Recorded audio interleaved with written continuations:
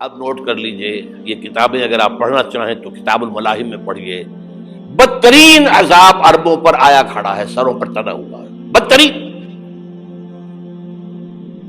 ایسی جنگ ہونی ہے الملحمۃ العظمیٰ، جس کو کہ میں بھی آپ کو گواہی پیش کر دوں گا، جسے کہا گیا ہے دی لاسٹ کروسیڈ۔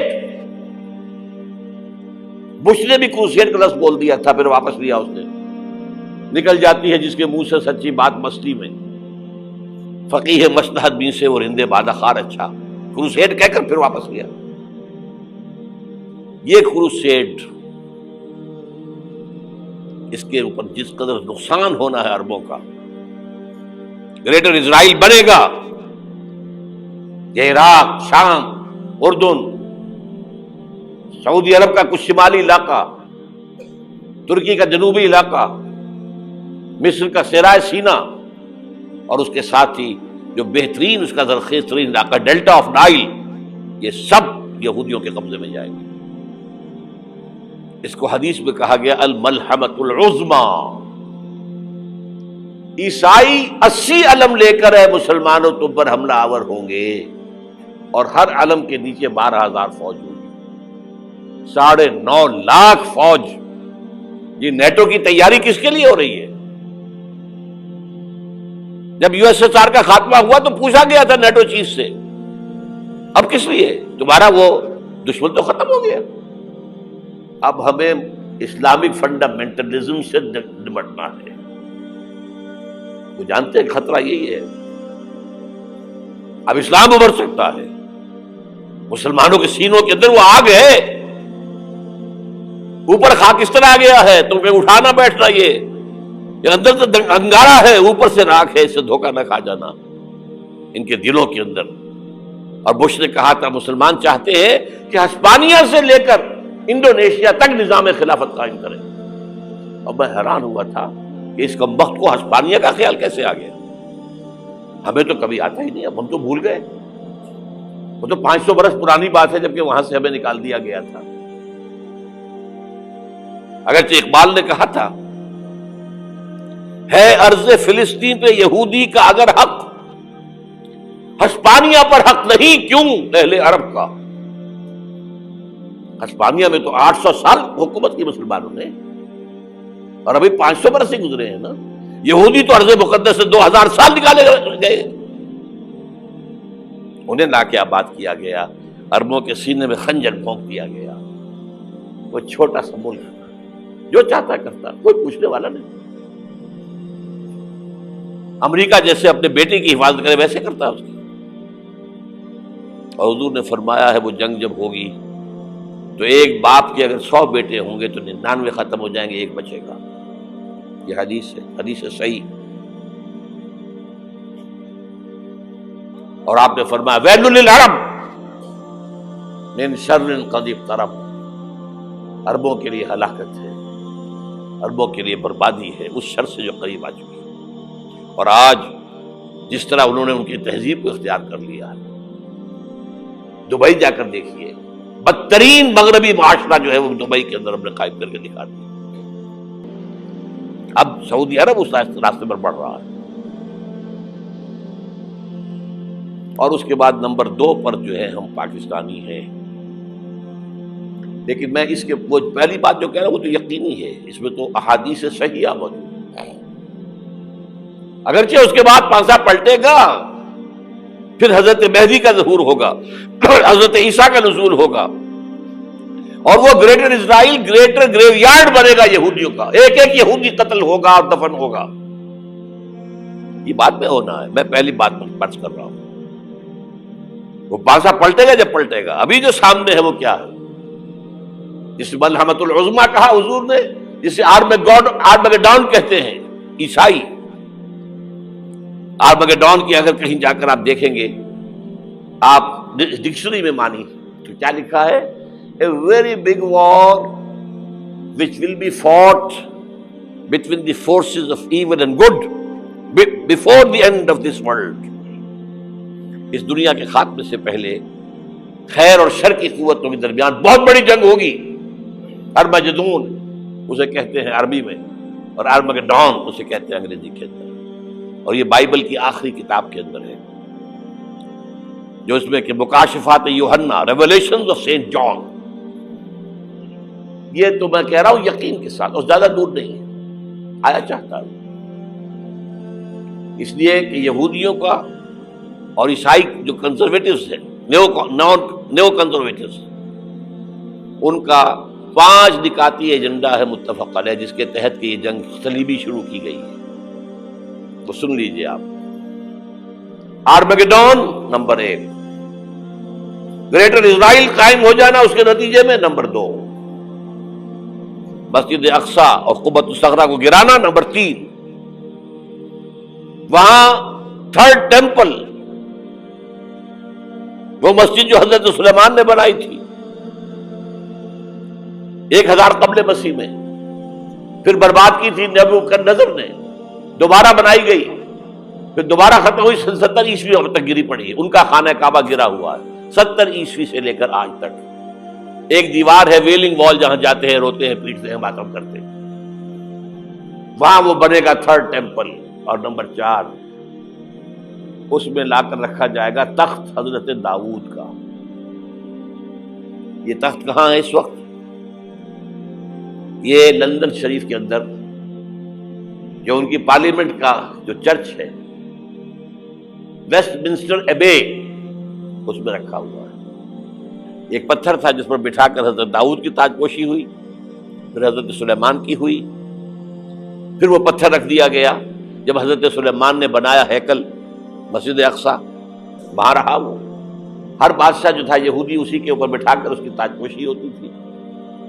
سن 70 میں ٹائٹس نے گرایا اسے، ہیکل کو، وہ پتھر لے گیا، وہاں سے روم گیا، روم سے آئرلینڈ گیا، آئرلینڈ سے اسکاٹ لینڈ آیا، اسکاٹ لینڈ سے انگلینڈ آیا، اور اب وہ رکھا ہوا ہے 14ویں صدی عیسوی سے آج تک. وہ ویسٹ منسٹر ایبے میں رکھا ہوا، ایک کرسی کی سیٹ میں اسے بنا دیا گیا ہے تخت کی شکل میں. اب انگریزوں میں کوئی ملکہ ہو، کوئی بادشاہ ہو، جس کی بھی تاج پوشی ہونی اس میں ہو، یہ لا کر رکھا جائے گا 3rd ٹیمپل میں. اور اس پر یہودیوں کے خیال کے مطابق ان کا مسیحا آئے گا جو مسیح دجال ہوگا. عیسائیوں کے خیال کے مطابق حضرت عیسیٰ آئیں گے، وہ ہمارا بھی خیال ہے حضرت عیسیٰ آئیں گے علیہ السلام. بہرحال یہ تو بعد کی باتیں ہیں نا. اس وقت جو میں عرض کر رہا ہوں، عربوں پر بہت بڑا عذاب، اور پاکستان کا معاملہ البتہ یہ ہے، میں یقین سے نہیں کہہ سکتا. ہینگنگ ان دی بیلنس، ہو سکتا ہے اللہ تعالیٰ ہم پر رحم فرمائے، ہو سکتا ہے، اگرچہ اس کی کچھ شرائط ہوں گی. چمن کے مالک اگر بنا لے موافق اپنا شعار، اب بھی چمن میں آ سکتی ہے پلٹ کر چمن سے روٹھی بہار، اب بھی ہو سکتی ہے. اور یہ بھی ہو سکتا ہے کہ اللہ تعالیٰ نے معجزانہ طور پر ہمیں ملک دیا، ہم نے اللہ سے بدعہدی کی، وعدہ خلافی کی، غداری کی، لہذا سزا دی جائے اور ہم سے یہ ملک چھین لیا جائے. It's just possible. دور نہ سمجھے، اسے انہونی بات نہ سمجھے. جو گھیراؤ ہو رہا ہے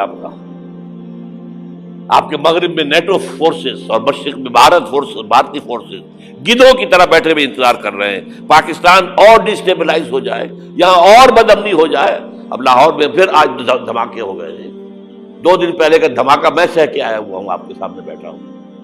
وہ جانے بچی ہیں جو ہماری اکیڈمی کا حشر ہوا، وہ تو میں آپ کو نہیں بتا سکتا. یہ سارا کیوں ہو رہا ہے؟ تاکہ یہاں بدامنی ہو جائے اور ہمیں جواز مل جائے. مغرب سے نیٹو فورسز داخل ہو جائیں، مشرق سے بھارتی فورسز آ جائیں اور ہمارے ایٹمی دانت توڑ کر اور پھر ہمیں بھارت کے سامنے ڈال دیا جائے. نو ڈو ایز یو لائک.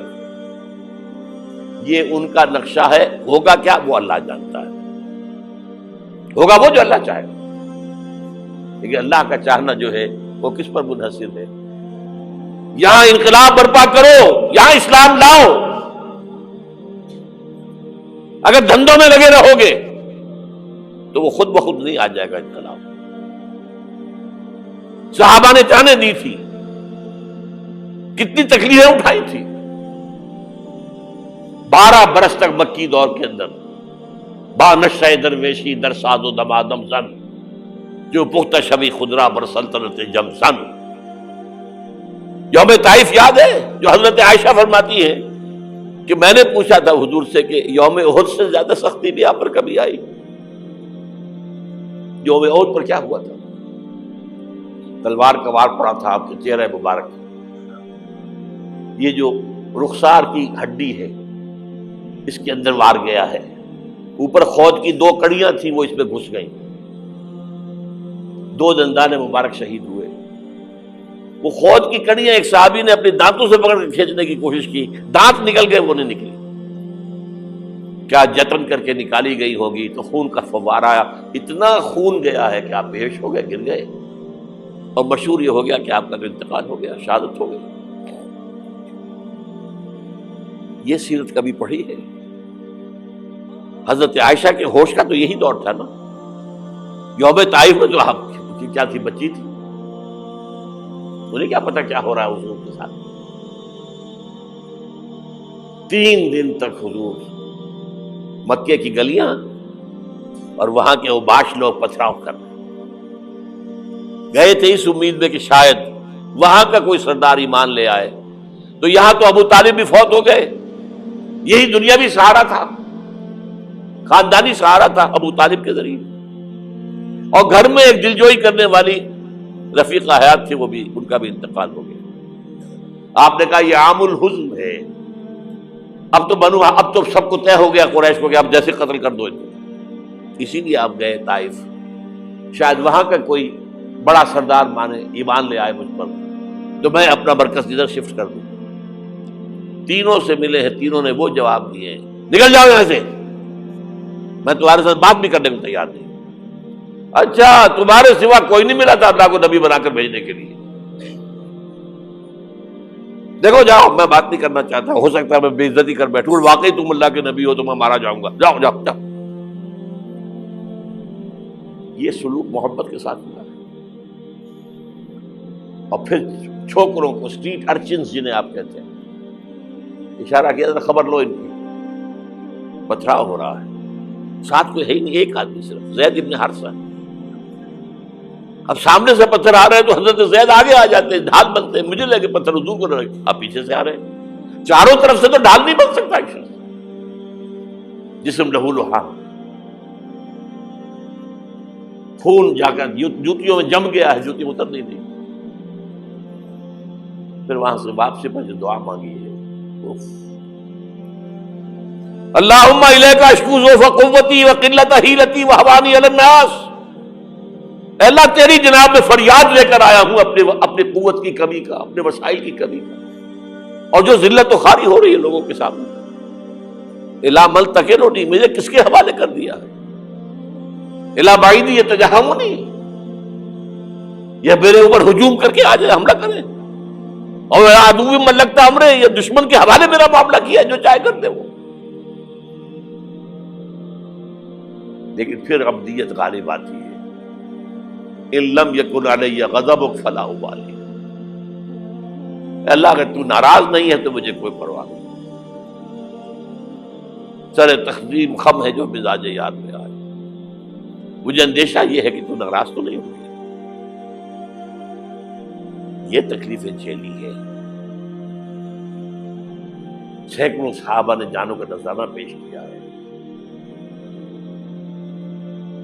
احزاب کی جنگ میں فاقوں پر فاقے ہو رہے تھے، اور ان فاقوں کی حالت میں خندق کھودنے کا حکم ملا ہے، لوگوں کی کمریں دوہری ہو رہی ہیں، پتھر باندھے ہیں اپنے پیٹوں سے، اپنی چادروں کے ساتھ کس کر کمر دوہری نہ ہو جائے، اور